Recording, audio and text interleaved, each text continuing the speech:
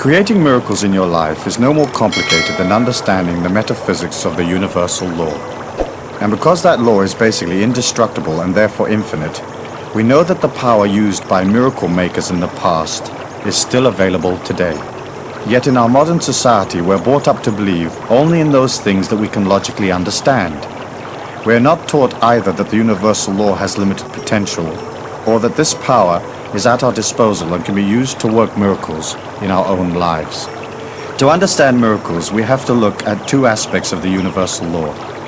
Firstly, there lies deep within all mankind an immense power, and secondly, the power is impartial and unemotional. Call it the universal mind or Christ consciousness, or what you will. It is this power that allows man a recognition of the universal life force that we call God. The life force is eternal, it is a part of all things. Moreover, it is a major part of each of us. Consequently, we all have within us an unlimited power. Creating miracles in our lives becomes a matter of identifying with the power, understanding its characteristics, and learning to use it effectively. This identification is achieved by knowing that the power is within you and acknowledging that fact by saying, I'm eternal, immortal, universal, and infinite, and what I am is beautiful. In this manner, you lock into the power source and you're poised for the next step, which involves looking at its characteristics. The universal law is impartial and unemotional. It has no way of knowing what you want, nor does it discriminate between your hopes and aspirations, likes and dislikes. It is pure energy. It accepts whatever thoughts, feelings, and actions you project, and reflects them back to you unemotionally, in the form of events that you experience day to day. In much the same way as electricity illuminates both a brothel and the vicar's tea party, the universal law does not differentiate between different types of energy in your life. It will give you anything you believe in, no more and no less. Therefore, the key to understanding miracles is to look at the beliefs you express as thoughts and feelings. When you are born, your thoughts and feelings are limitless because your mind is a clean slate. What a small child projects into the universal law is a natural purity, unbounded by the constraints of beliefs. Children often attempt the seemingly impossible. Unaware that they have any physical limitations, they drive off in the family car or walk on a high ledge. It is only later, through education, that they learn the confines of human expectancy. But these confines or boundaries are illusions. They are formed by belief patterns, most of them born of ignorance, handed down from generation to generation. This pool of belief patterns, or collective unconscious as Carl Jung called it, gains validity as it moves through time, and eventually the concepts that later generations experience as physical reality become rigid and domineering. It is as if billions of people who preceded you have determined what you're going to experience on the earth plane, and that is all that there is to it. This rigidity does not allow for genius or for the understanding that we're now in an era of rapid unfoldment. Fundamental structures are being swept away in an avalanche of awareness, and we are no longer prepared just to read about great miracle makers. We want to have the same experience. For most people, this is not possible because they are locked within the limitations of body and mind. Their upbringing is so dominant that it encases their entire evolution, and they experience little spiritual growth. Step 2. Understanding life's mission. We are not our bodies or our emotions or our minds or any of the structures and restrictions we experience around us. We are an infinite part of the God force, using the physical form to experience spiritual development through a special training called daily life. When you entered the earth plane, the energy that is the real you left its abode in the higher consciousness of pure light and entered by choice the body you are now in. You chose the circumstances of this life because it was the next step in your infinite evolution, and because this life would allow you to expand what you are spiritually, so that you could become an even greater expression of the infinite life force or living spirit. Now you may say, that's nuts. Why would I choose these circumstances of my life, this family, this society, and this neighborhood? Why did I not choose a more affluent environment or a prettier body or more intellectual capacity? The answer lies in a dimension beyond the physical plane. As you entered this dimension through birth, You had within your consciousness a heroic mission, a goal. The nature of that goal is firmly written in the very deepest recesses of the inner you. And what you are today, no matter what you feel about yourself, is actually a part of that goal in its various stages of completion. Your mind began recording events, thoughts, and feelings only at birth. It does not know of your heroic mission, nor does it understand the universal law that interacts with your limitless potential. Why? Two reasons. Firstly, if your mind, feelings, and emotions knew the nature of your heroic goal in life, there would be no challenge or quest and your evolution would suffer. Secondly, most understanding of metaphysics is based on tribal or religious beliefs which do not totally reflect an accurate perception of the delicacy of energy and the way its ebbs and flows affect daily life. No real understanding of the universal law has ever been incorporated into the various belief patterns of the world's collective unconscious. For example, let us say that your heroic goal in life is to learn to love yourself and to accept full cosmic responsibility for what you are. And let us say you've had a number of previous experiences on the earth plane in which you were weak and indulge yourself metaphysically by leaning on others rather than contributing to your own energy or support. If you knew of this in advance, you would begin to favor the one course of action over another. You would intellectualize yourself into positions or feelings that you wanted to achieve, and your mind would dominate your every move. Evolution does not work that way. You cannot overcome weakness by fighting it or thinking your way out of it. You overcome weakness by leaving it behind. This means that you become aware of the inner tendencies that bring you down, that do not support a belief in self, that do not endorse a love of self, and you say, I don't want to be that anymore. Then you move yourself out of the slovenly ways of the collective unconscious into discipline and power. From time to time you may drift back, but once you decide on the side of strength, the power of the universal law will always be with you to varying degrees. It may be a battle at first because your mind does not understand these laws or the nature of your mission on earth, nor does it understand the laws that govern your potential. It will have a tendency to advise you logically from its own experience, and logic is death to that part of you that is a miracle maker. Step 3. Understanding the nature of beliefs. The next step in creating your own miracles is to look at the nature of beliefs. By reviewing beliefs and feelings, you begin to understand how to use the universal law effectively. It is natural to yearn for the impossible, and in so doing you establish strong beliefs about what can and cannot be done. You can jump a certain height and no higher, run at a certain speed and no faster, accept a certain position and no better. Because most commercial aircraft fly at about 600 miles an hour, the shortest time in which you can get from New York to Paris is about 6 hours. Those are the facts in the collective unconscious. But what if I told you of a man who could move his body many thousands of miles in just a few seconds? Your mind would scan its memory banks and draw a blank, whereupon you might think, impossible. Then perhaps you might review all the scientific data available and conclude that this feat is unachievable. All scientific knowledge and current thinking are products of the same collective unconscious. And just the fact that 1 billion people have no concept of a man moving 3,000 miles in a few seconds makes it impossible. But the billions of people are wrong. There is a dimension right here on the Earth plane in which such a feat is possible. And there are few people alive today who know of this dimension and use it. It is a matter of perception and belief. Your ability to work miracles is predicated entirely on how easily and quickly you can give the collective unconscious the slip. It is your attachment to the collective unconscious or world belief patterns that hold you back. This attachment which you accepted at birth is your main challenge in life, and your spiritual goal is to step above it. Eventually you realize that in order to become a part of a higher consciousness, you have to leave where you are right now and step into the unknown. That is why all the tales of the path of the initiates talk about loneliness. For as you move away from the old energy, there's a sense of loss. As you take that step, your perceptions expand gradually to accept a higher vibration of self, and you understand what others believe is a part of their evolution, but is not the sum total of all of the facts. We experience life through the 5 senses, the windows of the soul, and we are taught what capacity those senses have. Yet each of them has a dimension that is many times deeper than is normally perceived, and those dimensions will open for you as you move towards them. Let us look at feelings.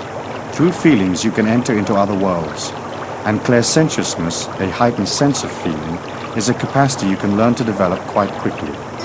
It is not as acute as extrasensory sight, but it is deep, and through it you can enter into areas of perception that few people ever experience. Everything around you is energy. Your body, its various organs, your thoughts, the physical place you inhabit, the events of your life, each expresses an energy. A part of that energy is perceivable through the five senses, but most of it is beyond normal perception. By opening to the power of the universal law and controlling the mind through centering and discipline, you become aware of the subtlety of energies around you. You will find that you can use your feelings to guide you through life. As you move into a situation, push your feelings into whatever lies ahead. How does it feel? What is the universal law saying to you? Which areas flow and which do not? After a while, this exercise becomes simple and very accurate. You may not be able to see all the subtle energies around you, but you can learn to feel them, and soon you will find the information from the universal law has a way of jumping at you unexpectedly. Events in your life gather energy as they come toward you, and you can feel that energy weeks and even years before they occur. Science will tell you that it is not possible to foresee the future, and that is true for those who believe it so. But as you move out of the world's group perception, feeling and even seeing the future will become second nature to you. To harness the universal law effectively, you should watch its manifestation, which is basically every event in your life. Then link each event to your underlying feelings and attitude. Realize that when things go well, it is solely because you put that image into the universal law and it responded. Imagine the universal law as a shipping clerk in a large mail order company. He gets your order but has no idea who you are. If the order says size 8, he sends out size 8. It is of no concern to him whether or not size 8 fits you. He merely complies with your request. In daily life, your feelings, thoughts, and attitudes are your order form. So before you decide to change your present conditions, you will have to be very sure what you want from life.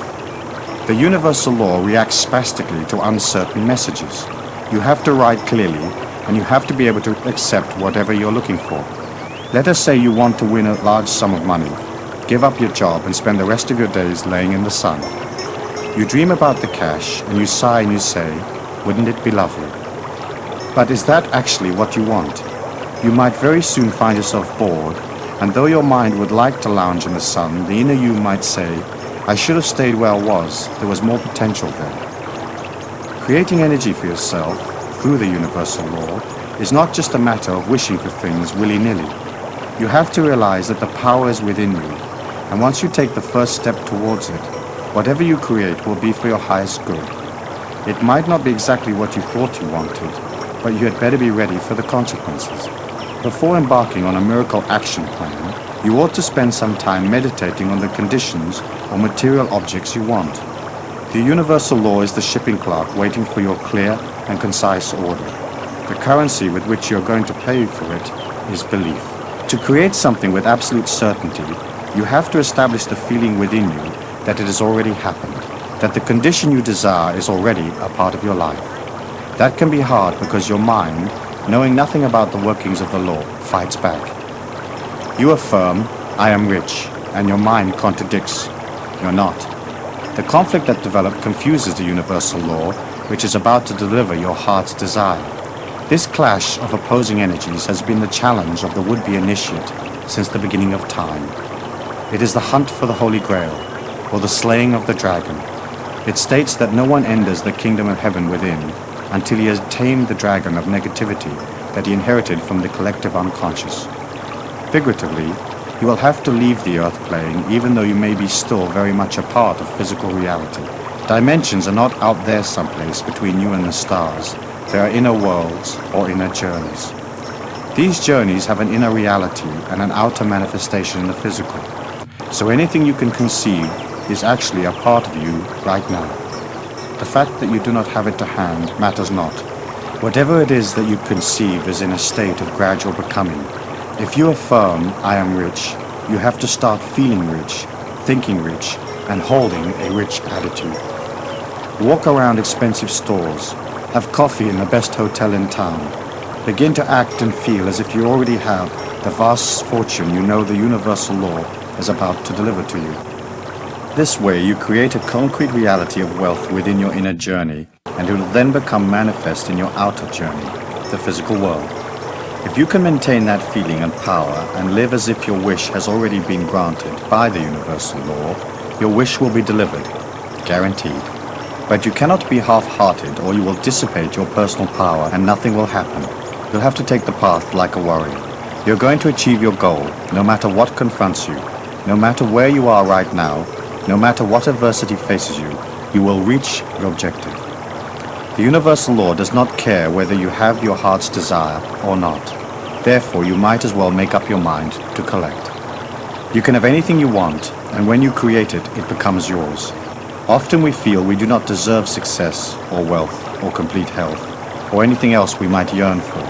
We are taught in childhood that we're not worthy, or that somehow we owe something to society or the physical plane, or that we have some kind of special sin that we should atone for before we can enjoy what we want out of life. That is not the case. The law does not discriminate. It receives your energy and delivers diamonds or plain rocks, depending on what you put in. It is very important to look at the negative feelings you have about yourself. It is easy to say, "Oh, I never win anything," or "I'm too old, they will never hire me," or "I can never be with that person, I'm not pretty enough." That kind of thinking is indicative of the mind and its logical advice. Miracles are not logical, so the last thing you need is logical advice from the mind. When such advice is given, acknowledge the mind, thank it, and say, "I do not accept any energy that is contrary to the unlimited power that lies within me." Then press on. Infinite power is so magnanimous, so powerful, so much more than the mind, that it exists in a separate dimension, and that is why the mind has difficulty perceiving that it is even there. You will get an intuition or feeling, or a rush of excitement, but that is all. You cannot really hear it, touch it, or taste it, but it comes around the mind like a breeze, and when it starts to work in your life, you will know it by the quality of the people and the events that surround you. Before we go to step 4, the miracle action plan, let us briefly review some important points. The universal law, or living spirit, is unlimited. Therefore, what you are is unlimited. The universal law is impartial and unemotional. It cannot discriminate. It will give you anything you believe in. You are not your body or your emotions or your mind. You are a part of the living spirit, learning. No matter what your circumstances, the universal law can be called upon at any time because it is the real you. Whatever you create for yourself by understanding the mystical, metaphysical aspects of the universal law is yours because you created it. You deserve it. Miracles are not gifts from God. They are a part of you, which is God. Finally, the universal law is in balance and harmony by its very nature. And so, as you set out on your action plan, you will not be able to infringe on others. Whatever you create will have to be for yourself. You cannot will the universal law onto others by saying, "I want this to happen to my friend." This would be infringing, because not knowing the nature of your friend's heroic life plan, you are not entitled to change it, or in any way alter what he is going through at this time. He has to experience life for himself, as he also has unlimited power within him, and a part of his growth pattern is discovering that fact. Within the universal law, there is no dual energy, good and bad, saints and sinners. There is just energy, one power that pervades all things, and everything is a part of that power. Differentiation between good and evil is just your perception, for within real energy there is no judgment. There is high energy and not so high energy, and at the end of this life you will have the opportunity to review what you have achieved, which will be a matter of how much you've succeeded in centering your life in a discipline of perceiving the living spirit and using it. But your review will not be emotional. You'll be looking at the quality, or speed if you like, of the energy you created. If you have harmed others, you have impeded your evolution by de-accelerating the life force within you. That is your karmic energy, and someday you will have to understand that it was not your highest path. But you cannot judge others, because since the energy your mind perceives does not incorporate the nature of their heroic goal, you have no way of knowing exactly what they need karmically for their growth at this infinite point in their evolution. There are no accidents or victims. Each person is responsible for his own evolution. Each pulls to himself the circumstances experienced in life. He puts in an order, so to speak, and gets back 3 cracked cups. That is a part of the learning pattern, trial and error. This lifetime is yours. You may be involved in relationships and loved ones, but basically what you make of your life and how you pass through it is your evolution. We all learn to take responsibility for our own circumstances, and within the universal law, you're not expected to take responsibility for the evolution of others. It might sound a bit harsh, but in the law, there's an incredible clarity and justice. That is why adversity is so useful. It allows people to look for something beyond day-to-day reality, and this brings them in touch with their true inner selves. In desperation, they begin to pull on their unlimited power, and they realize that anything can be changed, that suffering is a product of the inner self, and by looking at their inner selves, they can transform them.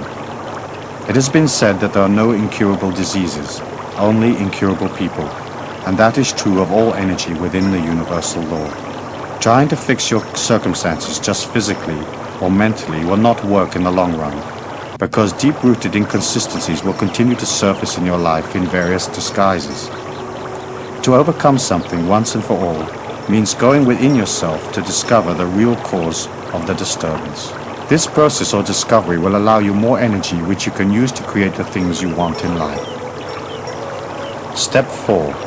The Miracle Action Plan. Write down on a piece of paper in order of importance the things and the conditions you want. Do not let the mind advise you. It has limitations. Shoot for the moon and be sure you leave nothing out. Chop and change your list until you're comfortable with it, but be clear about what you want. Use exact and precise wording to describe the conditions you require. Remember, the system works, so you must be definite in the way you describe your wants. Here's what to do. A. Read the list 3 times a day. Once when you rise, once in the middle of the day, and once before bed. B. Meditate on your miracles from time to time and know that the universal law has received your order and is just about to deliver. C. Maintain silence. Talking about your miracle dissipates the energy drastically. Therefore, you cannot share your miracle with others until they happen. D. Always act and think about your miracles as though you already have the conditions you desire. E. Be open to the inner promptings of the unlimited power source as it instructs you in ways of getting what you want. Realize that universal law has to deliver in the physical plane where you can make use of it. Your heart's desire can come from anywhere, so do not limit your field of expectation. Remain open and flexible at all times. F. Smile a lot. The first miracle is on its way. Step 5. Understanding energy. Since the mind has no way of knowing how the universal law is going to deliver your miracle, do not waste your time trying to figure out. Just know. Your thoughts should be like acorns that develop gradually into oaks. If you dig them up to discover how things are going, your tree will perish. It is important to avoid fretting. Center on the feeling that some way, somehow, the universal law will not let you down because everything in the universe is energy. Solid objects appear as such only because their atoms and molecules move at the speed of light. In fact, reality is both solid and not solid at the same time, and this applies to thought forms. They are real and even more powerful than physical reality because they're not constrained by the limits of the material plane. You cannot take them apart and analyze them. You have to create them and let them fly. Through your enthusiasm and belief, you energize the universal law and encourage it to deliver. Try at all times to keep your thoughts pure and on target. If doubt creeps in, do not allow it to dominate for long. Look at doubt from above yourself. Realize that it is just the mind fretting, not understanding, creating objections through ignorance, and whatever you have set in motion will happen. As you work with the power, it'll have a way of showing you the next move at every turn. Believe in it. Know that this inner force is so powerful that it will pull you into excitement and adventure beyond your dreams. Keep it pure, remain silent, and remember to keep your methods secret. Everything that surrounds you has the living spirit within it in varying degrees. Living things express it more than do inanimate objects, but all have it. The more you come in touch with the universal law within you, the more you're in touch with things around you. Everything becomes a symbol and strength to you. The world helps you, and the fuller you become, the more dimensions you can pull from. A very dear friend was walking along a street one day, wondering what to do with her life. She was at the crossroads, literally and figuratively. Life was flat. She craved inspiration and asked the universal law to direct her. As she stepped from the curb, a passing car nearly knocked her over, and as it screeched round the corner, a book fell out of the trunk.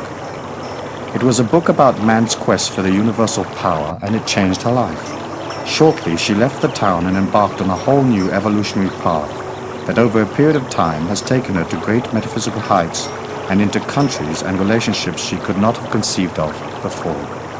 The universal law provided her with a special teaching in the form of that book, and she, being in tune, was ready to benefit. And so it should be for you.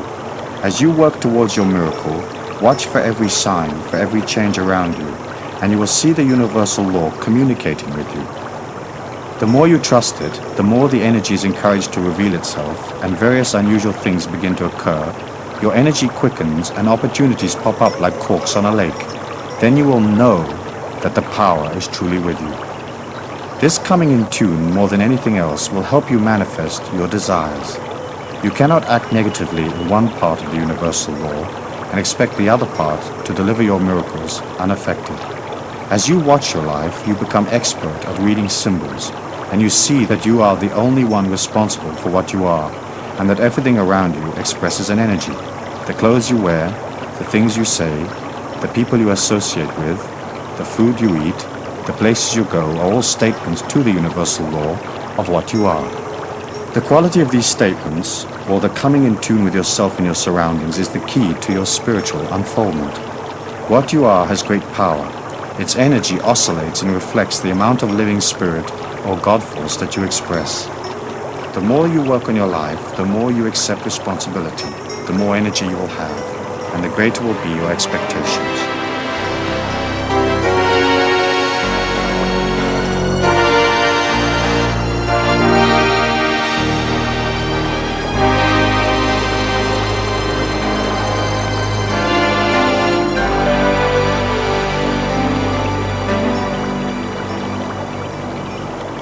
Suppose you have a special project in mind and you want to be sure that you have the maximum possible energy available. Let us say you're heading for a job interview. You've put that job on your miracle list, and the universal law has opened a door, and you're halfway there. Here is what to do. 1. Continue to see your miracle coming into physical reality. See yourself with the job granted until 72 hours before the interview, then forget it. 2. On the day of the interview, rise early. Spend as much time as possible on your own. Avoid interpersonal conflicts. Tell the universal law that you're ready and willing to accept the miracle you've been asking for. 3. Abstain from such energy-lowering substances as alcohol and drugs. 4. Eat lightly. The universal law manifests in you and through you. If you eat great amounts of heavy food, your energy slows, and the universal law within you has difficulty expressing itself. You should have salads, fruit, natural healthy food in sparing quantities. Stay away from junk food. 5. Before you set off for your interview, relax a moment. See the situation as flowing and positive. If you already know the person you will be meeting, see him or her in your mind's eye, happy and smiling, receptive to your energy. See the interview going well. See the miracle delivered. Step 6. Understanding time. Within the universal law, there is no time. Things are in a state of gradual evolvement. A tree has no concept of time because its essence is eternal. It responds to the warmth of the sun, but it is not in time. It develops from seed, expanding gradually to full maturity, and so it is with the universal law. It can deliver instantly, but if your energy is not all there, it will seem to you as if it has taken time. You have to learn patience and keep moving towards your goal, knowing that your thought forms will manifest. If you are moving towards one particular miracle and a different avenue opens up unexpectedly, take it. The universal law delivers in strange ways, and what you think you desire may just be your way of expressing a totally different goal. A good friend of mine wanted more than anything else to be a film director. He graduated from film school in London but found that he could not get any work because of a technical complication. To work in films in England at that time, you had to have a union card, but you could not get a union card unless you were working. In effect, the union created a closed shop. My friend's miracle was stuck. One day, out of the blue, he bumped into an old school friend who owned a restaurant, and because of his financial straits, he gladly accepted a job as a waiter. Working hard each day, he spent his spare time watching films and keeping his dreams alive through study. Each day at noon, a well-dressed old man came into the restaurant. My friend served him diligently, and over the months, the two of them became friends. One day, my friend asked the old man what he did for a living. The old man replied that he was just about to retire from a job that he'd held for many years. "What job is that?" asked my friend. "Oh, it's pretty boring, really," replied the old man. "I'm president of the Filmmakers Union. Not much ever happens." 15 years later, I was flying across the United States, lazily watching an in-flight movie, when to my great delight I saw my friend's name on the credit of a major film. His miracle had been delivered. When you move into an energy alignment, you can never tell what will happen. Watch for signs. Use your feelings to help you decide. And if, after that, you're still not sure, do nothing. If a direction is right, you will know it automatically. If, however, making up your mind requires you to go through great trials and tribulations, you can be sure that that particular course is not the one for you. Basically, it is well to remember, if you have to ponder a decision, it is usually a mistake. When the universal law delivers, you will know. Start your miracle list with a couple of modest requests. Then as you experience the universal law delivering, you will feel the power of success around you. And that in itself becomes a valuable affirmation. Each time you reorganize your list, spend a few moments thinking about how well your last miracles worked. Affirm your power by visualizing your success. Then, as you accomplish one miracle after another, you will have the confidence to go on to other things. Step 7. Understanding your personal power. In conclusion, we will discuss how to establish an energy of power around you. Your mind's natural negative alignment will tend to make you think that your miracles are not going to come true. Therefore, in order to achieve complete success, you have to work constantly on your mind's doubt. Remind yourself that you're not your mind, and you do not accept an energy contrary to your goals. In this way, you establish a pattern of positive affirmation in your life. Write down in your own words 9 affirmations that express your belief in yourself and your complete fulfillment in this lifetime. 3 affirmations for the dawn, 3 for the day, and 3 for the night. Before reviewing your miracle list, relax, center your mind, then read your affirmations slowly. Make your affirmations strong. Be sure that you feel their power and that they mean something special to you. The words and feelings that you believe in have the strongest energy. Here are a few examples from which you can build. I am a powerful, positive individual, and all events in this day are for my highest good. What I am is beautiful, and I pull to me this day only beauty and refreshment. This day is a day of balance. I am completely aware of my body and all its needs. What I am is eternal, immortal, universal, and infinite. I see only beauty and strength every moment of my life. I see only beauty in all the people who are pulled to me, and what I am strengthens and refreshes what they are. What I am is infinite. I do not judge the evolution of others. What they are right now is for their highest good. Each action I take this day is an expression of the God force. Therefore, each action I take is a part of my infinite creativity. There is no real sin, only energy. I follow the energy of my highest evolution at all times, and so be it. I'm open at all times to communication from my inner self, and that communication leads me to my highest evolution. I give thanks for the beauty of this day, and may the energy of this night bring rebuilding and review. So be it. Your affirmation act like small twigs in a fire. As you rise, you begin to build energy in the day. Use your affirmations to keep that energy going. Center for a moment to acknowledge your infinite beauty and your place in all things, then proceed. If you're pulled into interpersonal conflict, take a few minutes on your own to repair your energy. And, before going out in the day, be sure that your energy is strong. If you care for your power and your balance and you center your life, no harm can befall you, and you enter into worlds that few people are even aware of. Create your day the way you want it. See it going well. See each person you meet as positive and open to your energy. See the day as harmonious and flowing, and see yourself evolving through each and every experience. Finally, before setting out in the day, see the white light of the living spirit around you, protecting you and strengthening what you are. Realize the more you believe in yourself, the stronger the white light becomes. It acts as your shield, and from time to time each day, you should re-energize it by seeing it vibrant and strong, and by affirming that what you are is a part of the living spirit or God, and that each moment of your life is one of exhilaration and learning. Your position on the earth plane as a miracle maker is inherent in the infinite power that lies within you. That limitless source lies there waiting for you to step up and collect your heritage. And when you do, the power will always be with you. And that is guaranteed. So be it. As we listen to my book Miracles, there are probably a number of concepts contained in the book that you may not be familiar with, or that perhaps is different to some of the religious or philosophical beliefs that you may hold.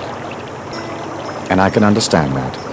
And of course, my belief is that each person should seek out from the information around them those concepts, those ideals, morals, and values that suit them.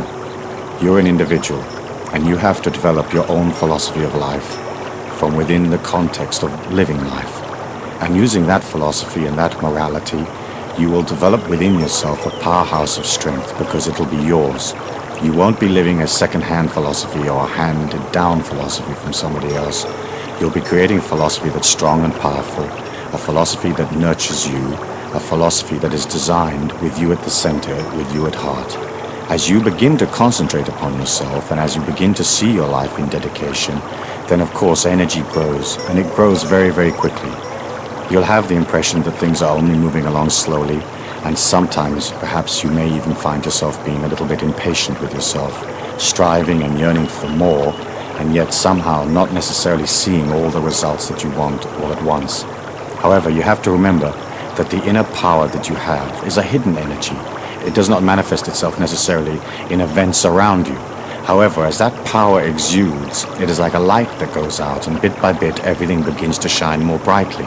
At first, the change isn't really noticeable, because the power that you've exuded over your affairs and your life, the energy that you've placed into your home and your job and the people that you love and the people that surround you, it has a pattern.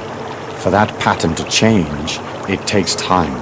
It takes time for the light to go inside that pattern of your life, to enliven it. And usually you'll find that it'll take a number of months before the changes begin to occur, and then it'll take a number of years before all of those changes in your life are consolidated. You have a heritage or a goal in your life to become free, to become an absolutely powerful individual that is not dependent upon the rest of the world, that is not emotionally sucked into the world. You have a heritage to get to that peak. Most people never make it, and the reason they don't make it is because they are reluctant to move away from the old lifestyles. It's almost as if they live in a prison. The gate is always open. There are no guards, and yet somehow they've got so friendly with the prisoners and the regimen of living in this prison that they can't walk out of the gate.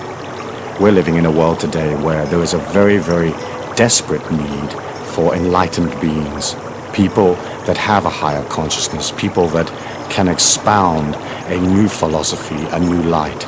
You heard in the book me talking about the golden age, and that has been an archetypal symbol in the mind of man since the beginning of time.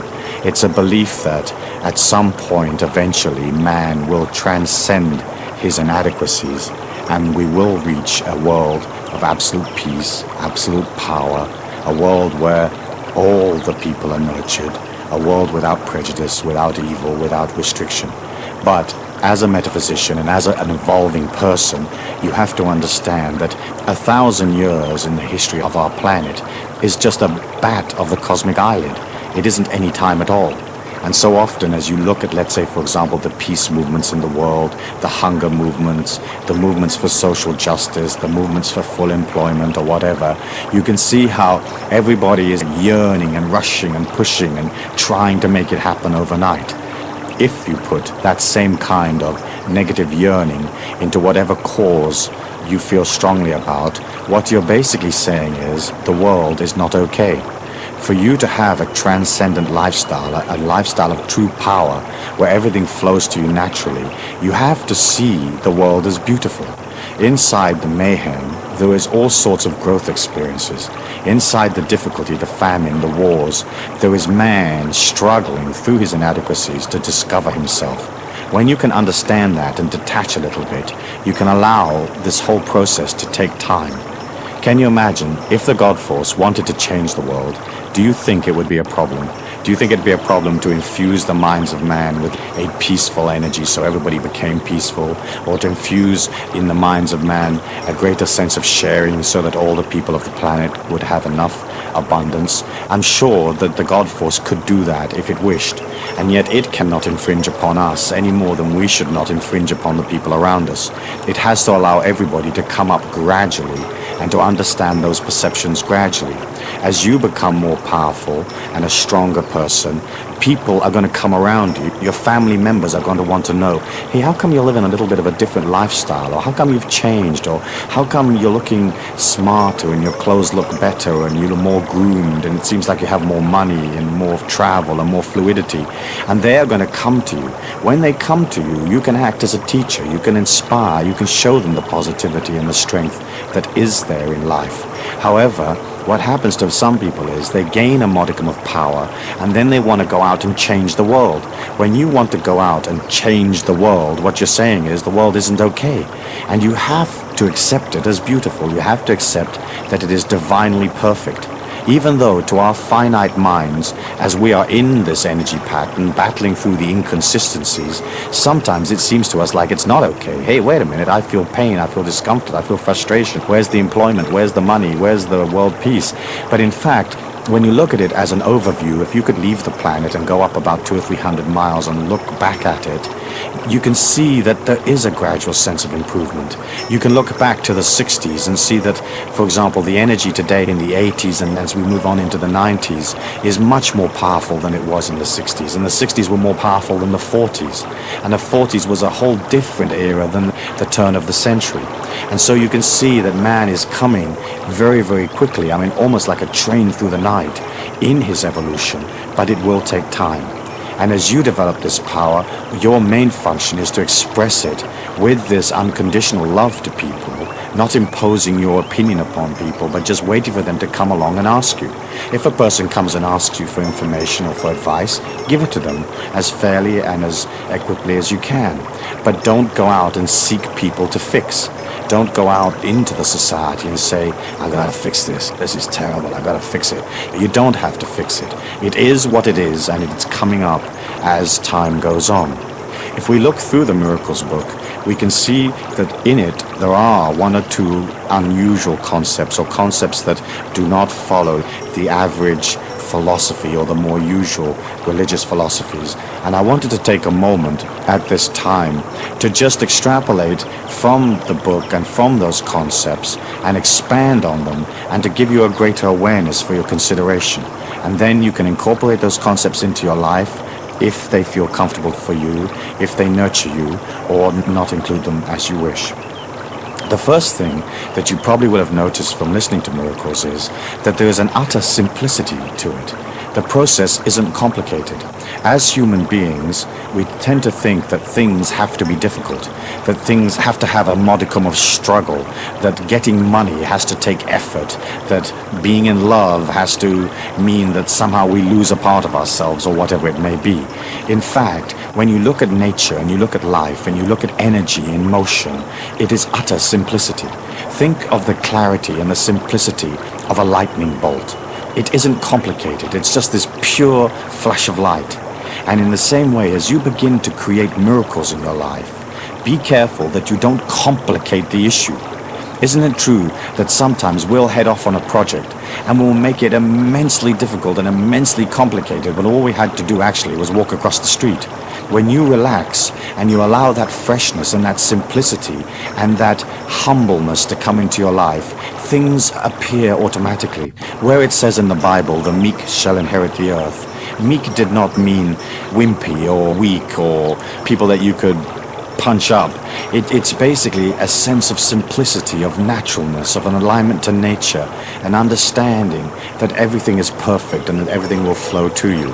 And as you come out of the intellect and more into this magnanimous feeling of limitless inside of you, the simplicity begins to develop and everything has a natural beauty.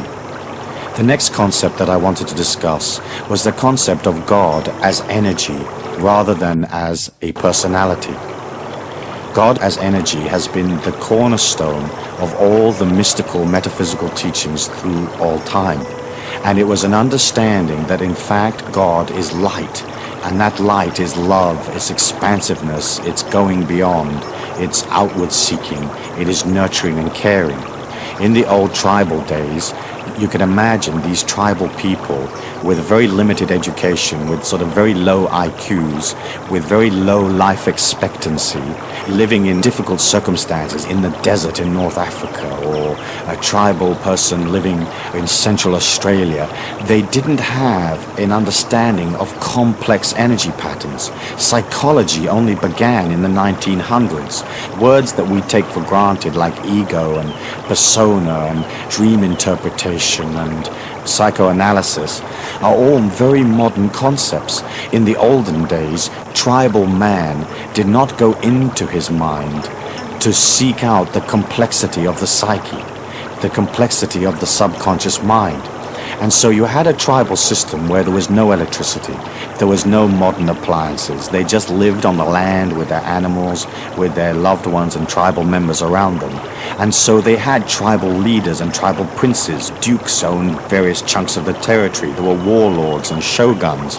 And so it was natural for them to express a higher power or a divinity in a personality.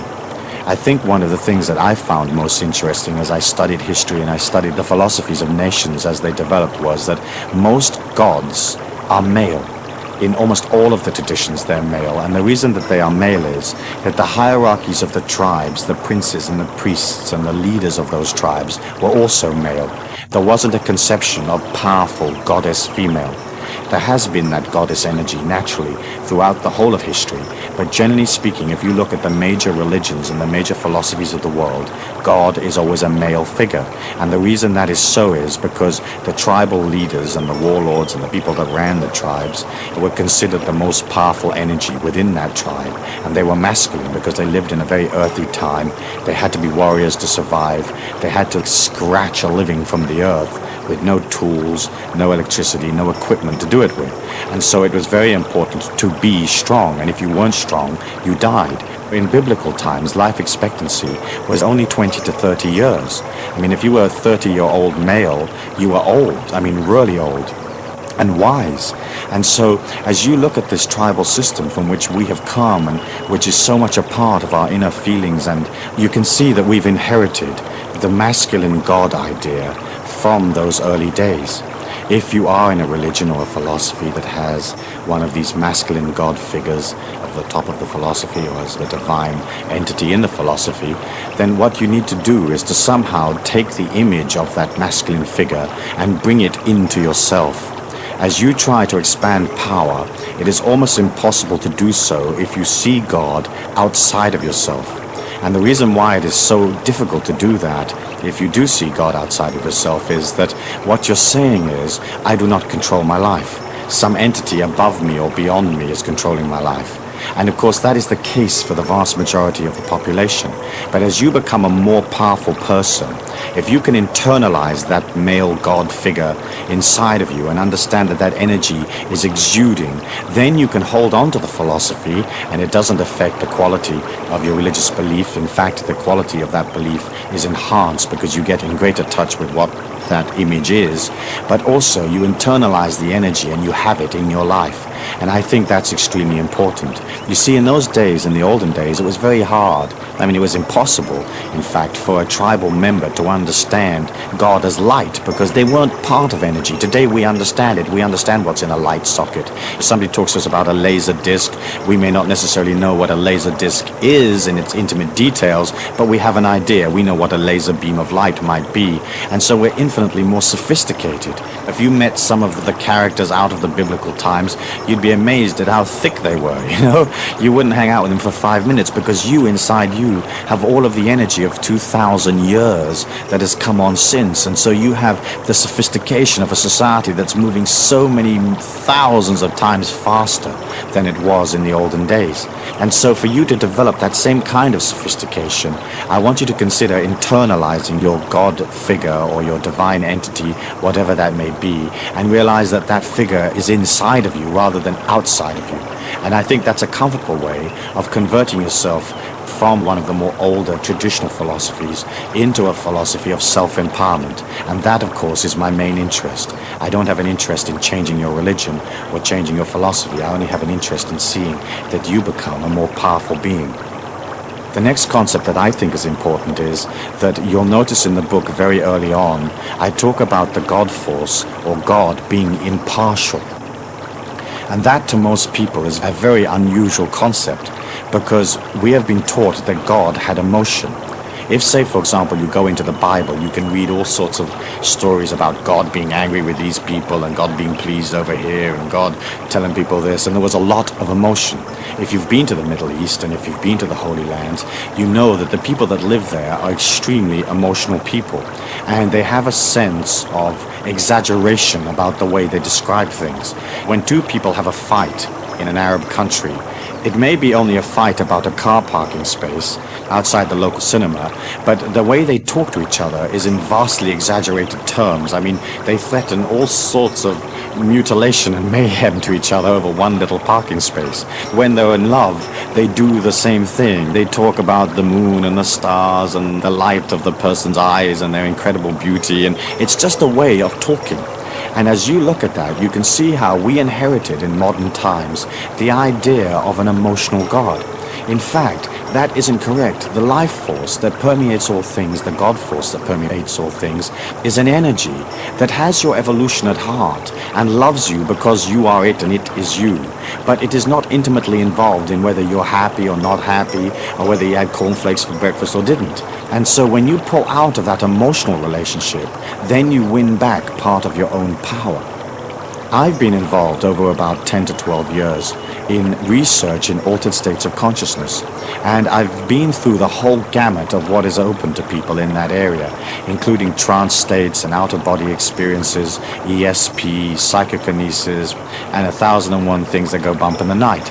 And one of the things that I found was that I had the ability to entrance my mind and to achieve very, very low levels of brainwave activity and still remain awake. A normal person, or a person that hasn't trained in brainwave techniques or in altered states of consciousness, as their brainwaves slow down, they automatically cross the threshold into sleep. And the training basically that I was involved in was a training of learning to stay awake when the brain is basically dormant. As I got involved in that, I began to see symbols, and I trained in understanding how symbols express themselves in those inner worlds. And one day, when I was in a meditation, in a trance, I saw this tube, and it's the same tube that people who've had near-death experiences describe. And it's a tube that seems to lead to other worlds. If you're familiar with those near-death books, basically what happens is somebody has a terrible accident and they get them to hospital and they basically die. And in that death process, they come out of their bodies and usually they go up this tube or this tunnel. And at the end of the other tunnel is some kind of celestial kingdom. And often they're met by some kind of spiritual entity or Jesus or whatever their symbol is. And then, because their body recovers on the operating table, they get twanged back into their body. Usually the spirit entity says, "Not yet," and then bang, they're back, and the surgeon's pumping adrenaline into their heart. Well, one of the things was that when I was in these altered states of consciousness, I saw this tube, and eventually, over a period of years, I had the ability to move up through this tube and to direct my consciousness to the other end of the tube and to enter into those celestial worlds. One of the first things that I discovered there was the nature of this God force, or this light. And so when I talk to you about the God force, I'm talking to you from my own experience. Subjective as it might be, it's an experience that I've actually had. And the light is more magnanimous, more loving, more expansive than there are real words to describe. But the first thing that I did notice was that that light or that energy didn't have a lot of stuff or opinion about who I was. Unconditional love is the total acceptance of another being. And the way that the God force relates to you is to totally accept you. If the God force was emotionally involved in your life, then that would not be total acceptance. And so that was one of the realizations that I had in these experiments, and I've talked to other people who've had the same experience, and each and all of them confirm the same characteristics of the impartiality. And the impartiality does not come from not caring. It is not like the life force or the God force doesn't care about you. It's more like it loves you so much that it will allow you the time and the patience to become what it is you want to be. As you look at the book, you can see that I talk about how the world is energy, and that your body is energy, and everything that you are is energy. If you can begin to identify with that infinite self inside of you, rather than your body or the physical things around you, you very, very quickly link in or go back into that infinity inside of you. And I think that's important, because the way to create a miracle is to understand that it'll have to move through energy to get to you.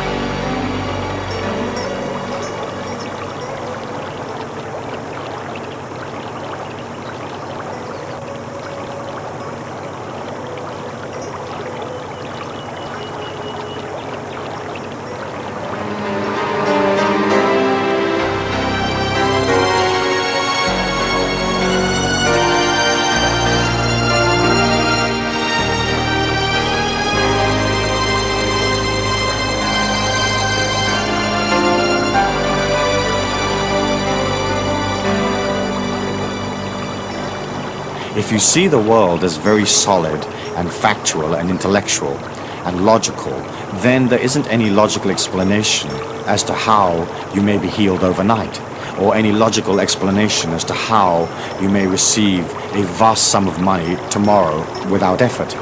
But when you look at it as energy and you understand the laws of attraction, you are basically pulling to you the results that you need through a dimension that is not solid. If you see your body as solid, and see the circumstances around you as solid, it somewhat limits your ability to believe in it happening. And so I felt it was an important point to begin to establish this idea of your consciousness. You can create through the power of your thought.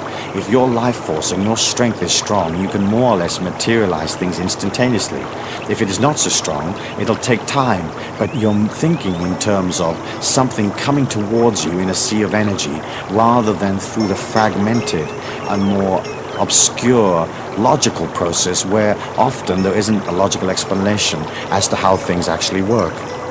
Part, I think, of your energy as you begin to develop into this miracle maker is that you should consider detaching somewhat from the social, ethnic, tribal energy that we all come from.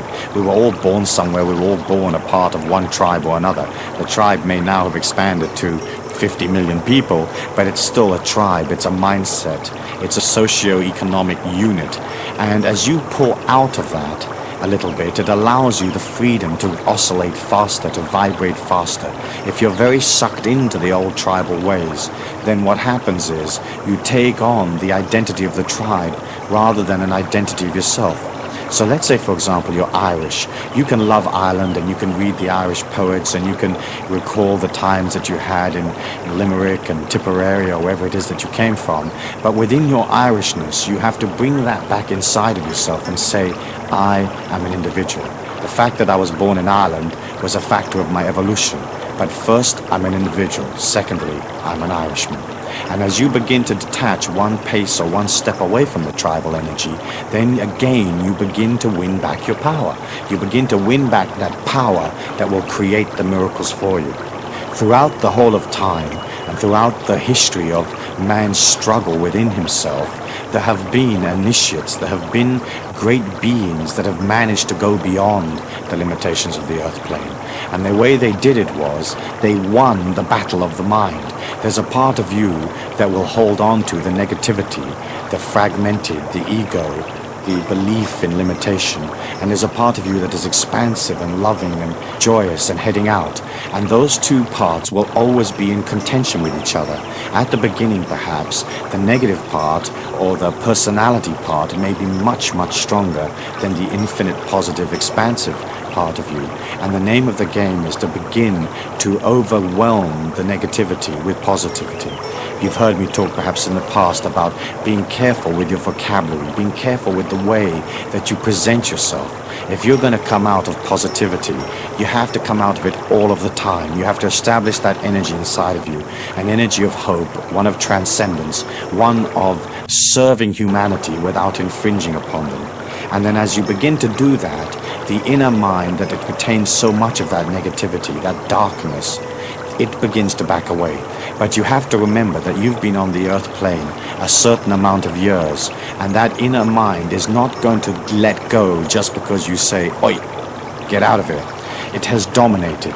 The inner mind, that negativity of the inner mind, it has control of your life, or it has had control of your life. Often it'll make you sick. It'll make your body sick just to control you.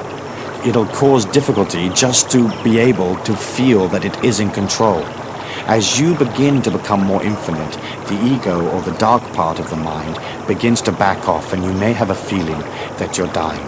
And of course that is a natural feeling on the path, and it isn't your physical death that you're looking at. What you're looking at is that the personality is giving ground to the infinity, and so the personality will have a feeling of it's losing importance or dying. As you push out as a miracle maker, and as you begin to get this action plan going, you have to establish in your feelings the idea that 1, you are worthy, 2, you can receive. So often in our society we put an emphasis on giving, that it is more blessed to give than to receive. But you have to understand, for every giver there has to be a receiver. When you feel comfortable in receiving, when a person offers you something, take it. It doesn't matter whether they offer you a polyester lame shirt with a nude on the front that sort of moves when you move. You take it. You say thank you and you take it. And it doesn't matter if you don't want it. Because sure enough, if it becomes a part of your possessions in that kind of energy, then somebody will come along to you and they'll say, listen, I'm going to the party and I need a polyester shirt with a nude on the front that moves when I move. And you'll say, well, I've just got the perfect one. Begin to practice accepting. When you see money in the street, pick it up, even if it's only a penny or a cent or whatever. Pick that thing up. When somebody offers you something, take it. When they offer to help you, accept it. When they offer to heal you, let them heal you. When they offer to give you money, accept their money. And as you begin to open to receiving, then that energy can come to you. Look at nature. It doesn't have a problem receiving. The animals don't sit there and think, gosh, I better give rather than receiving. They're flowing naturally and simply through the forest, and they receive. And they receive nurturement for one kind or another, food and water and whatever they need to survive. And so I want you to center upon that. I want you to center on being a person that is ready to receive. And once you are comfortable with receiving, then the quality of your giving is enhanced because you're bigger. You're a wider, more expansive person. So often you'll get people that center upon giving, and they give little bits, and always with considerations and limitations and conditions.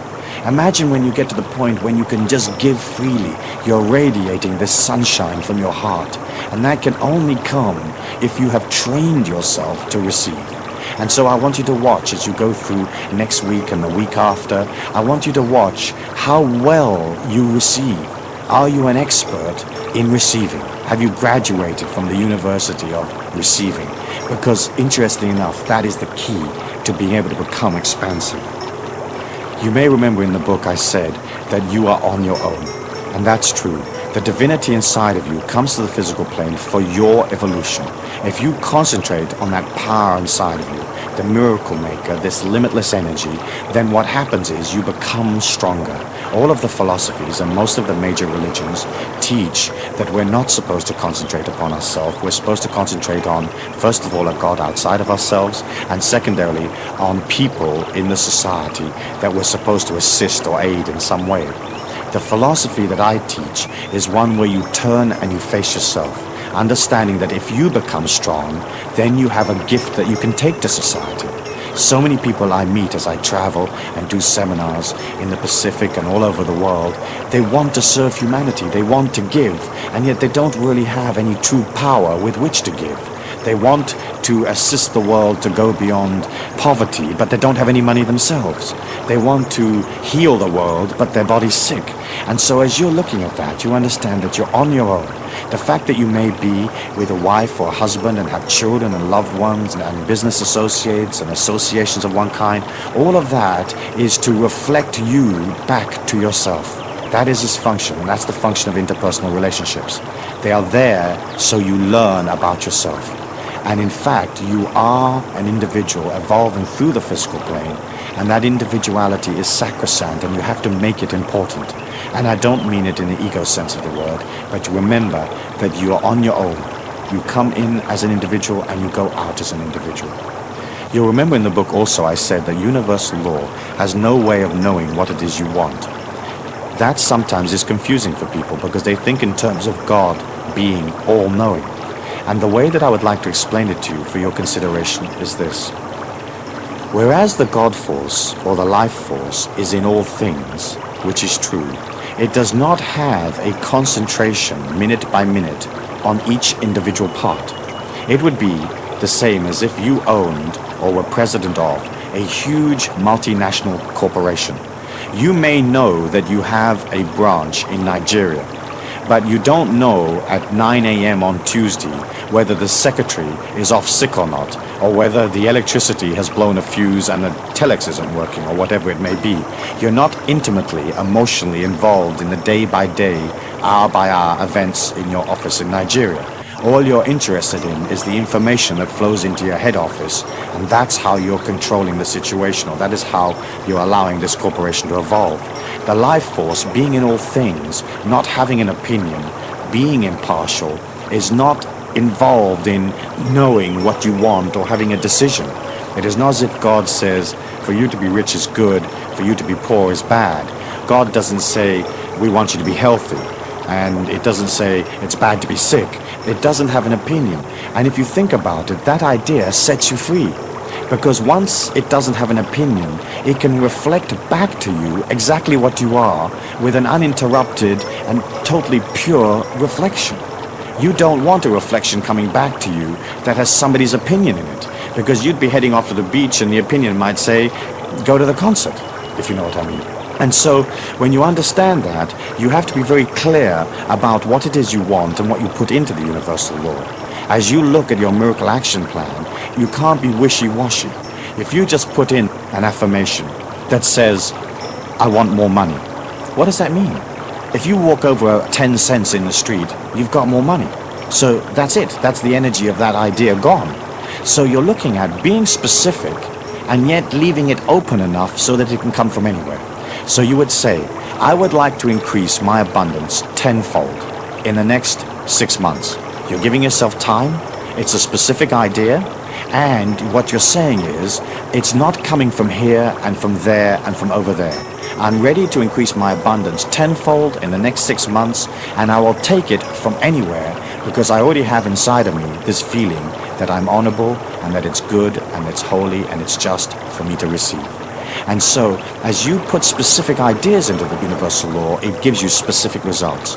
Often people will have concepts goals and ideas that are so wishy-washy that they can't even explain it to another human individual, let alone explain it to a light, to a God force that reflects exactly back to them where they're at. If you're in confusion, if you have a certain amount of indecision about what your heroic life's goal is or what your mission in life is, then you need to begin to get back inside of yourself and get clear. And sometimes that may take months, but that's okay, you have plenty of time. And as you uncomplicate your life and you move towards simplicity, up from within you naturally comes, hey, I want to be a violinist. Hey, what I really want to do is go and live on a farm in North Africa, or whatever it might be. The key to that miracle-making process is balance. Without balance, you really don't have a chance, because what you're trying to do is this. You're trying to use the infinity or the light in all things to carry to you the result that you want. And because the light comes out of purity and balance, it can only be congruent with you if you are balanced. And balanced means a balanced physical situation. You don't have to heal everything going on in your body, but at least it has to be balanced, and you have to love yourself by caring for your physical body, working on it, being aware when things go wrong, being aware of putting in the correcting action, going off and studying and knowing about your body. And then the second part of balance, of course, is emotional, which we have talked about in the past. And then the mental balance is understanding that for the miracles to happen, you can't engage too much logic, otherwise you destroy your belief in the miracle showing up. And between those three items of physical balance, emotional balance, and mental balance, you walk through the physical plane in a measured and powerful way. You don't rush. You don't allow yourself to get out of control. You don't give away your power unless you particularly have to, or unless you make it your decision to do so. And you try to keep as much of your life as immaculate as possible. Then as you begin to create this action plan, and you begin to put those miracles up in your mind, you're going to have to remember that there is no time, because we live in a state of eternal now. And in that eternal now, you have to create your affirmation or your visualization or your goal in your feelings. If you can feel it, granted. If you can feel yourself moving through those circumstances that you desire so much, they will be there.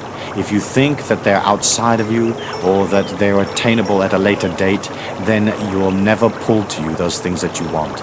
And then as you begin to resonate those feelings and you begin to nurture this little flame of your own intention, then because it is within you and because you believe it, it is granted. But there is a time lag between you conceptualizing the feeling, conceptualizing the goal or the miracle action plan, and when it is delivered. And in that time, you are going to have to be patient.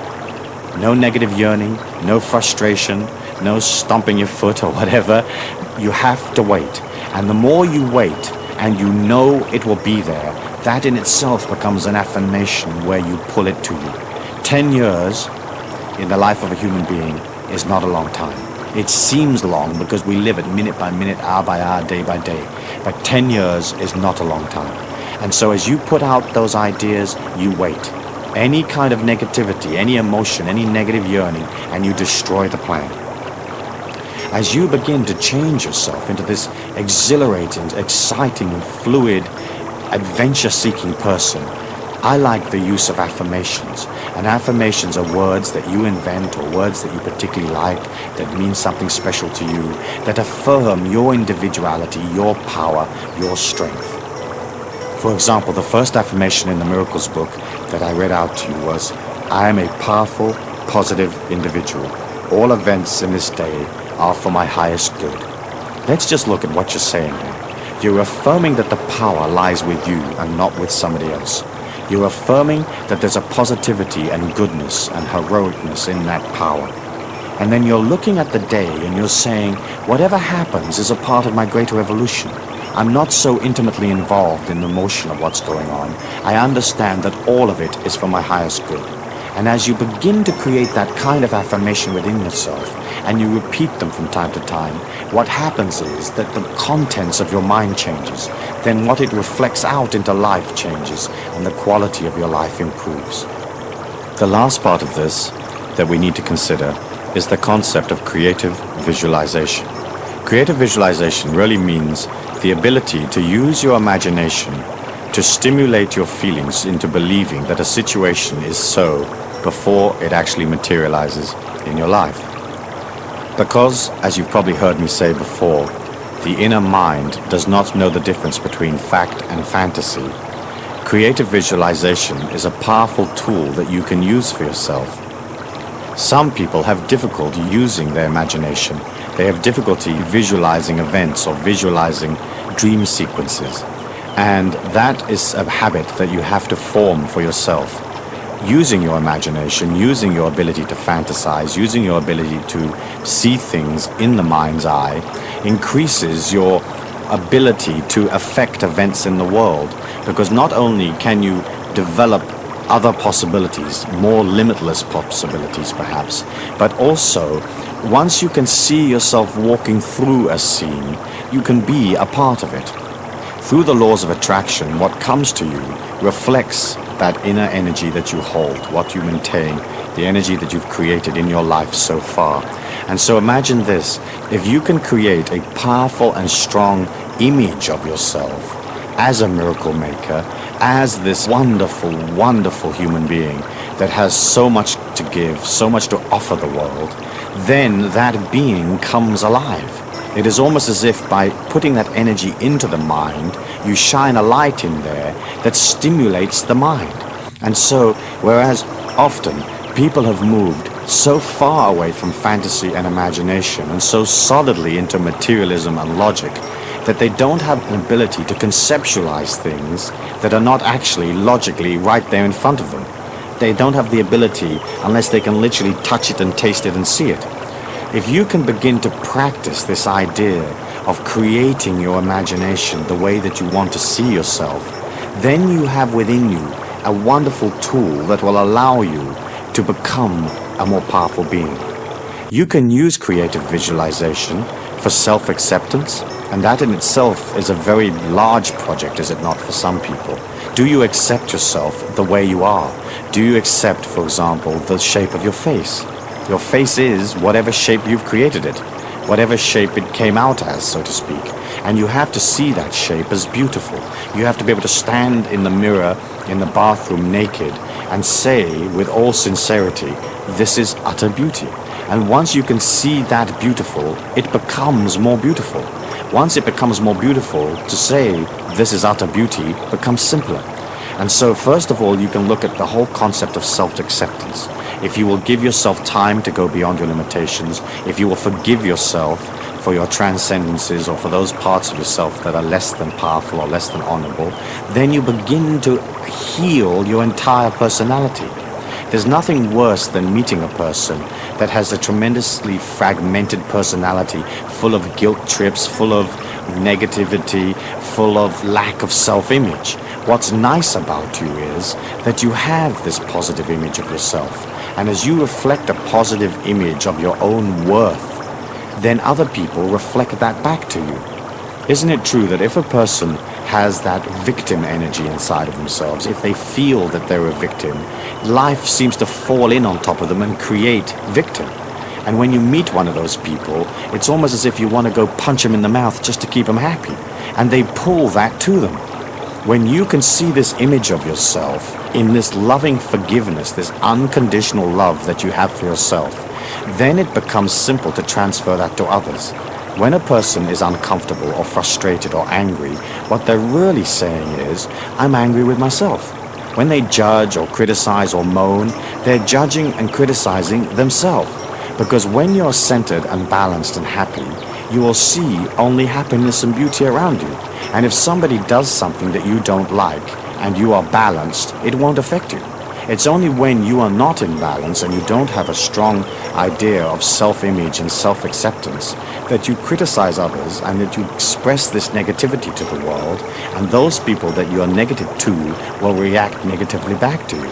And so the creative visualization process is to see yourself as this complete individual. You haven't completed your journey, you're not perfect, and that's perfect that you're not perfect.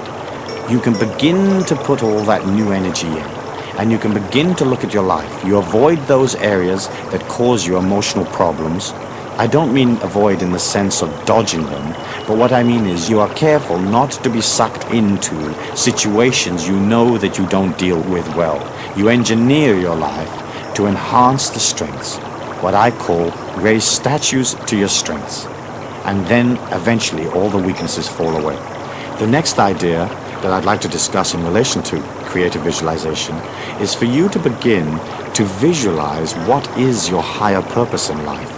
To have a life that's just mundane, working and surviving and procreating and bringing up the kids and doing the washing up or whatever it is not a life of excitement. It doesn't have a higher purpose. And for you to visualize that higher purpose inside your feelings, it begins to give you something to go for. It gives you a higher ideal, a dedication to the force, a dedication to the things that are truly wonderful in life. And so that would be your next step. Once you have a powerful image that you can carry out to the world, that can be some use to the world, then you're looking at developing a dedication, a higher purpose. And if you don't have a higher purpose in your feelings right now, then use creative visualization to see yourself walking in or walking through life with some kind of higher purpose, whatever that purpose may be. There are many possibilities open to you. Perhaps a great diplomat, a peacemaker, perhaps a person of great creativity, perhaps a person who brings to life this incredible ability to nurture and to care for people. Perhaps you're an organizer and that's your gift to the world, that you can organize it. Perhaps you're a leader and you can lead it. Perhaps you're a supporter and you can attach yourself to a leader and know and understand that the supportive role is as important as the leader's role. Perhaps you're a healer, that you can bring a healing to yourself and to the people around you.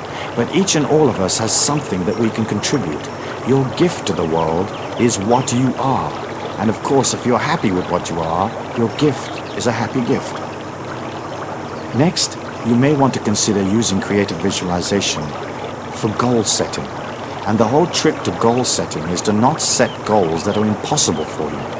Because if you can't conceptualize it in your feelings or visualize it in your feelings, then that goal will never be reached.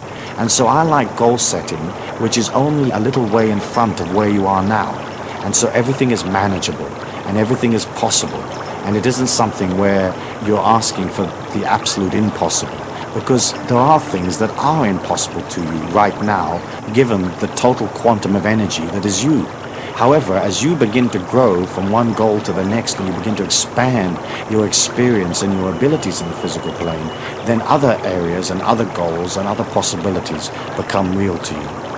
The other thing about goals is, of course, that you have to have the ability to let them go, to release them. You're going to go for the goal. If it changes, change it. You don't have to be dogmatic. Isn't it true that when you see people that set out on some kind of quest in a very dogmatic way, and they live 20 years in the desert looking for some type of little beetle or something, you often wonder, why did they bother? Why didn't they see that after 1 or 2 years in the desert, looking for this beetle was a totally worthless way of spending their life? But what happens is we give the mind a task, and it's almost like it fixes itself upon that task. And I think it's important for you to be fluid and to change the goals whenever you need to. You can use creative visualization to see yourself through projects. If you have a project that you have to deliver at a certain time in a certain place, or you have a creative idea, more than likely you're going to pull to you other people that will help you make that project work. And as you begin to pull other people to you, you have to understand that they will have all their own beliefs and their understandings of what the project is, and somehow you have to transfer to them what it is you want, how the project will be handled, how the thing will materialize. As you do that, you have to have a strong image of what is the project. And creative visualization allows you to run through in your mind. It's a bit like a dress rehearsal where you run through the project and you see it coming to its final glorious conclusion. As you run through the project in a creative visualization process, you can not only look at any kinks and bumps and things that perhaps you may need to change in order for the project to be successful, but also you begin to infuse the project with light and positivity. It's almost as if the project is an idea in the mind of man. You are pulling to you other people. You have to create the project in their mind, and all of you have to infuse the project in light. When you look at the physical plane, it is all materialization of thought form. If you look at a famous bridge, that's a solid bridge, but it was originally a thought form. And the thought form had to have light, it had to have positivity, it had to have the ability to complete the project, it had to have follow-through, financing, and maybe 1,000 people worked on putting that bridge together. But somebody somewhere was guiding that thing and granting everybody an idea of what the thought form is. Hey, this is the thought form, this amount of scaffolding, this amount of steel, this amount of concrete, this is how we'll hold the bridge up, this is how we'll pay for it. And so when you go through creative visualization, you can infuse into your life this light that will allow these projects to take place. It's particularly important, say, in a business situation or in an office, where you have to motivate other people and a whole group of you have to get together to materialize an action plan or a sales force or whatever it is that you're doing. As you begin to see all of those people responding positively to you, you can also begin to use creative visualization to see them understanding what the project is. Often, when a project fails, it fails because of a lack of communication. People cannot read your mind. You will think that they automatically know what you feel and who you are and what you want. They don't. And you can say to somebody, please dig a hole here. And you presume they know what you mean. But inside the mind of the person listening to the instruction, they don't necessarily know. And what they think is a hole here may be a totally different concept of what you think dig a hole here means. And so they dig a little round hole that's a foot deep, and what you really wanted was an oblong trench 30 yards wide. And so if you understand that, using creative visualization and becoming organized in your feelings, you get a very clear concept of what you want. Then you can say to that person, I need a hole here. It needs to be 30 yards long, 3 yards wide, and it's going to go from the lamppost to the tree. And everybody understands what you want. And usually you're going to have to find that you're going to have to tell people 3 times before they really understand something. So later in the conversation you will say, by the way, do you know how long this hole is? They say, yep, 30 yards. Okay, where's it got to be built? And they'll say, well, it's got to go from the tree to the bus stop. You say, nope, it's got to go from the tree to the lamppost. And they say, fine, I've got it. Then you go back and you say, how wide's the hole? And they say, well, you want it as wide as a spade. And you say, nope, I don't want it as wide as a spade. I want it 3 feet wide. And you begin to explain to people what you want. And you can only do that if it's a conceptual idea in your feelings. And that conceptualization in your feelings has clarity. And so as you begin to use this process, you can see that what you're really doing is you're becoming organized and you're clearing yourself out as an individual.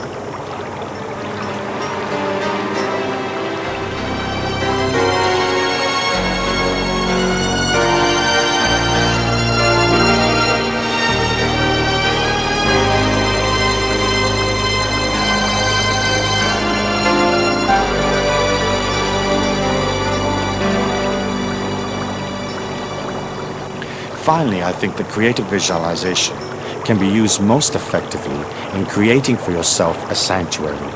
As I said earlier on, you are an individual and you are on your own. The only way you can get in touch with who am I and work upon yourself is for you to pull out of the hustle and bustle of daily life and to look at yourself. And that sanctuary is a place where you are in prayer with yourself. And that prayer can be in any way that you want to pray, or it can be a meditation, or it can be listening to music, or it can be running on the beach. But you do have to have time where you begin to look at your feelings, where you begin to process all of the negativity out, where you make the negativity little by making it unimportant, and you make the good things, the glorious things, the loving things important. And that, I think, is one of the main functions of creative visualization. As you develop this technique, the Miracle Maker's technique, one of the things that perhaps you're going to want to work on is your ability to pull prosperity. And of course, the very first thing that you have to do is you have to go beyond the tribal beliefs of scarcity. The world is not scarce. It is superfluous in its abundance. There is more of everything that we'll ever need than we can possibly use. We believe in scarcity because we're taught it. Using the creative visualization technique and using the miracle action plan, you can begin to see yourself more prosperous. And that is going to be vital for you because you're going to need money. And with that money, you're going to buy those experiences and those understandings and that knowledge that you need to acquire. And so as you begin to see yourself more prosperous, you become more prosperous. It's as simple as that. What makes a very wealthy businessman wealthy is the fact that he's comfortable or she is comfortable with money, She's comfortable and he's comfortable with receiving, and he sees himself in the marketplace creating many things, and those many things bring that kind of abundance. What you're doing then with your visualization plan or with your miracle plan is you're writing a film script, and you're creating a film where you're living comfortably in luxury, with all the things that you need around you, and all of that money energy is there. You're organized. You've got a way of taking the money. You know how to account for it. You can bank it. You can add it up. You have it in balance. You're conscious so that you know how much money you have. You don't find yourself spending 5,000 and earning 4. You find that you are in control. And in the same way as you have to train yourself to know who you are, in the same area in money, you have to train yourself to know about what resources you have, what they bring in, and how much your lifestyle costs.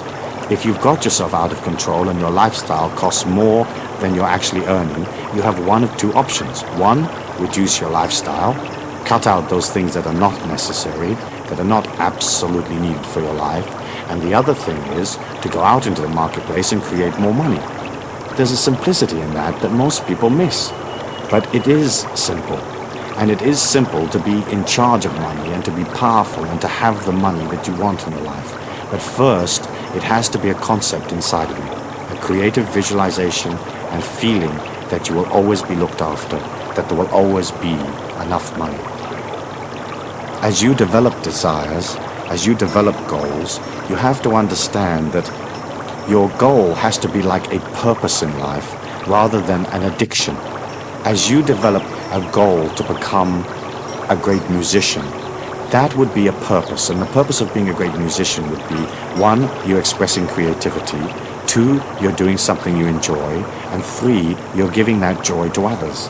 If that purpose becomes an addiction, it becomes obsessive, then you begin to destroy the quality of the desire.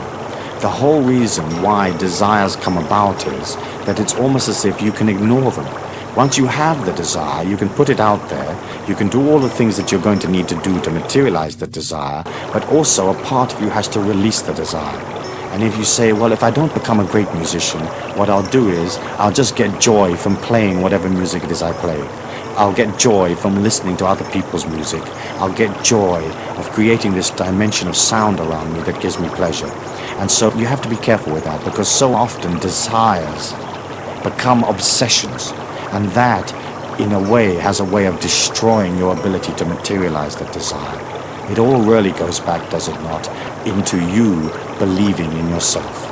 And of course, you can't say to a person, hey, believe in yourself, if they don't. What you have to do is you have to begin to see your life as an affirmation of your belief in yourself.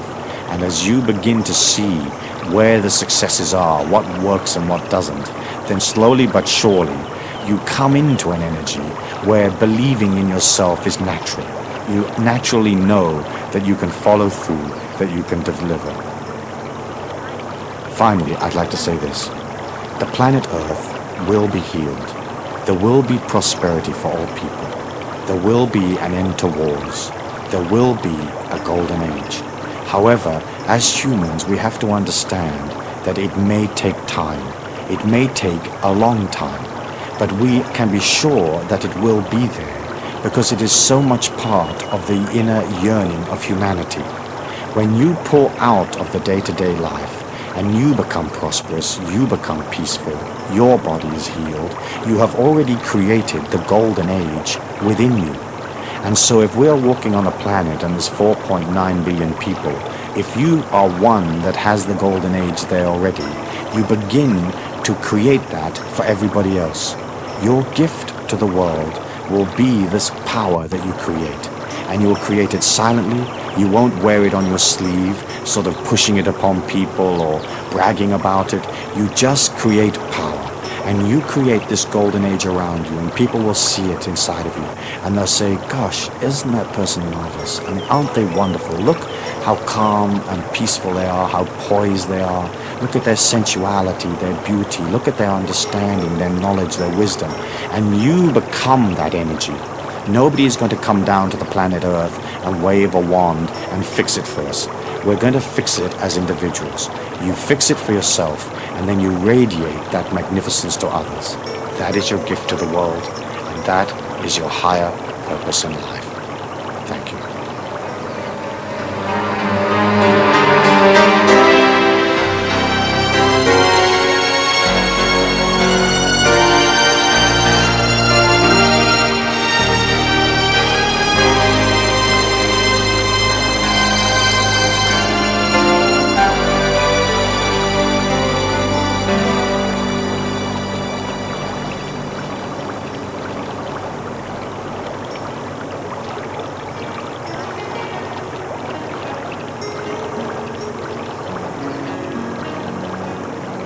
There now follows a Creating Miracles in Your Life meditation. Before we begin, take 1 or 2 items from your miracle action plan list, those things that you wish to materialize in your life, and review them in your mind. Find a place that you won't be disturbed in. Find a comfortable chair and sit down. Have your back straight, your feet upon the floor, your hands on your lap, palms down. Take a slow and gentle breath. Hold it for a moment. Exhale. Take another slow and gentle breath. Hold that for a moment. Then exhale.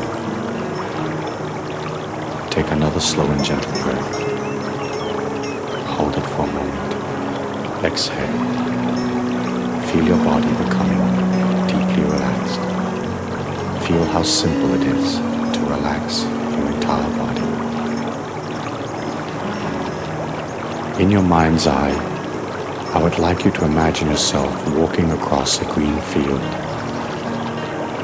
Be aware of the freshness of the grass at your feet.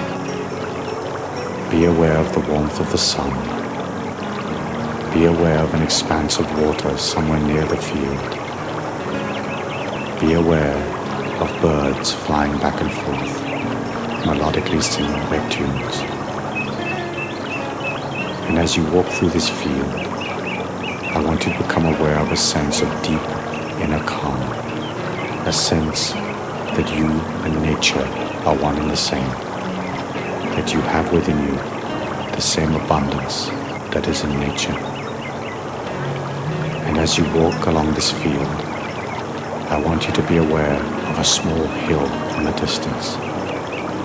Walk up towards the hill, and as you get to the top of the hill, I want you to find a comfortable place to sit down. Sit with your back straight and your feet upon the floor, your hands in your lap, palms down. Take a moment to put your mind into your left foot and totally relax your left foot.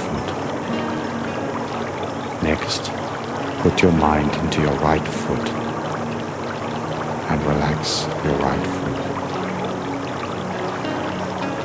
Then transfer your mind into your legs and totally relax the muscles of your legs. Feel your body becoming more and more relaxed. Relax your upper torso.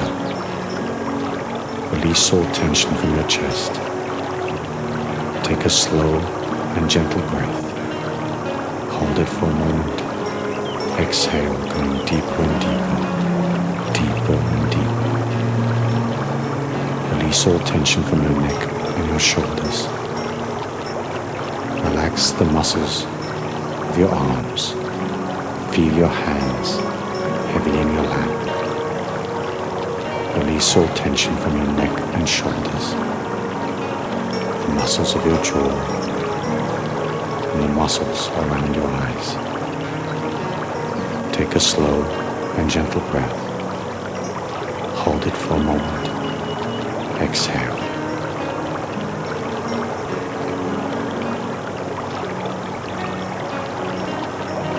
As you sit there in nature, I want you to be aware of a small forest that's nearby. Get up from where you're sitting and walk calmly and gracefully toward that forest. Begin to walk into the forest. Begin to feel the life force of the forest all around you. Feel yourself entering deeper and deeper into the forest. you become aware of the fact that it's getting darker and darker. The vegetation all around you is getting thicker. Your progress is slowing somewhat. As you move through this forest, feel a deep sense of inner security, even though you do not know where you're going. Continue to walk down this path through the forest, and as you do so, be aware of the vegetation that is thickening around you. Be aware that somehow, some way, your progress is slowing almost to a standstill. And as you look at your body, be aware of the fact that the vegetation is growing around your limbs and around your legs. Allow the vegetation to hold you and to wrap you. Be aware of vines and bushes that are growing around your arms, holding you in position.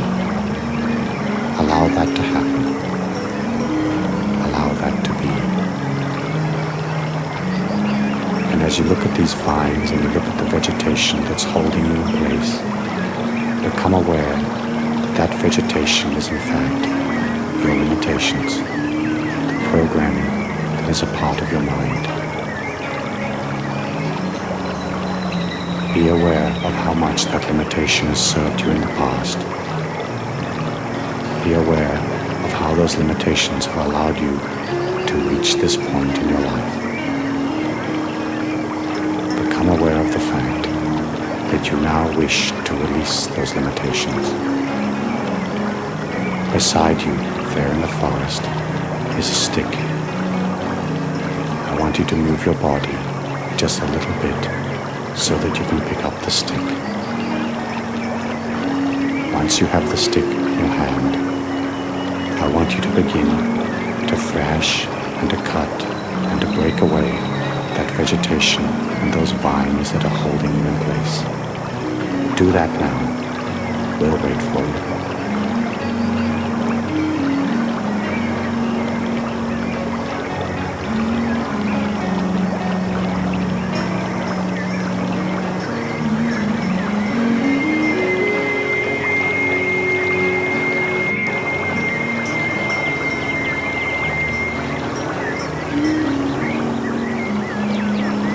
As you release the limitations around you, realize how free you are becoming without all those encumbrances, without all those old belief patterns holding you back. And as you free yourself from the vines and the vegetation that was holding you, I want you to continue along your path down through the forest. You're perfectly at one and at peace with all things. High above you is a ray of sunlight shining down upon your path, bathing you in a golden light. And as you walk down this path, I want you to be aware of a large rock covered in moss. Go up to the rock and find a comfortable place to sit down. Be aware of the golden light shining upon the center of your being. Take a slow and gentle breath, and as you exhale, say silently, my expectations are truly limitless. Put up in your mind's eye the first item on your miracle action plan. Take a good look at that thing that you truly want in your life. As you look at it, become familiar with it and become familiar with the way it feels. See yourself with that thing granted in your life. Do that now.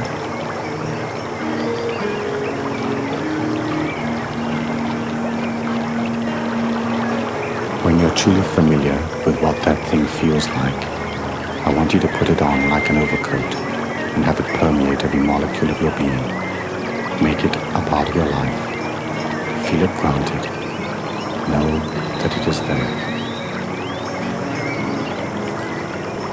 Next, put up another item from your miracle list and take a good look at that. Turn it around. Feel yourself a part of it. Feel those circumstances unfolding in your life. Be sure that you and the thing that you desire are one and the same, congruent in every way. Take a moment to look at the second item on your miracle list.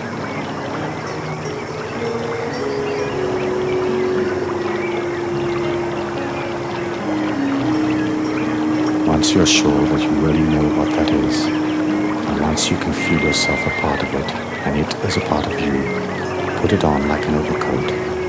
Have it permeate every molecule of your being. Take a slow and gentle breath. Hold it for a moment. Exhale, going deeper and deeper, deeper and deeper. Finally, put up the third item from your miracle action plan and take a look at that. Remember to be sure that you know how it feels. Remember to make it a natural part of your life.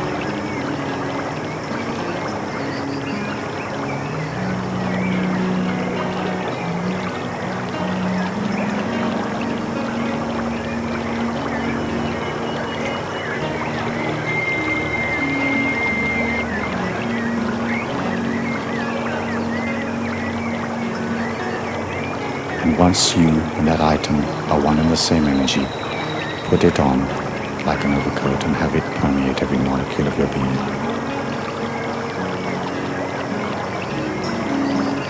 Be aware of the ray of golden light shining upon the center of your body, and allow that body to diffuse through your entire being. Take a slow and gentle breath and say silently after me, I'm eternal, immortal, universal and infinite. My expectations are truly limitless. Move away from the rock and continue walking down the path. As you walk down the path, going ever deeper and deeper into the forest, become aware of a nature spirit or some type of nature being sitting on a tree stump up ahead of you. Take a moment to honor the spirit of the nature being, and then walk up towards it. Realize that the nature being is truly powerful, truly all-knowing. The nature being tells you that you may ask it one question about your life, and it will answer.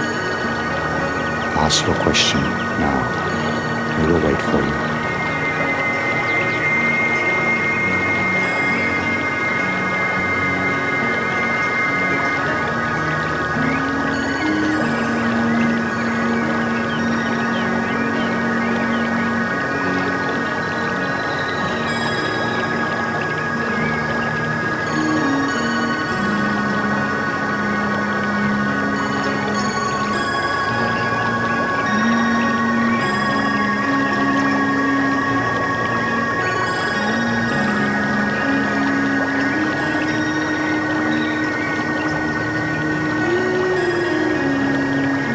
Once the nature spirit gives you the answer to your question, turn around and begin to walk out of the forest once more.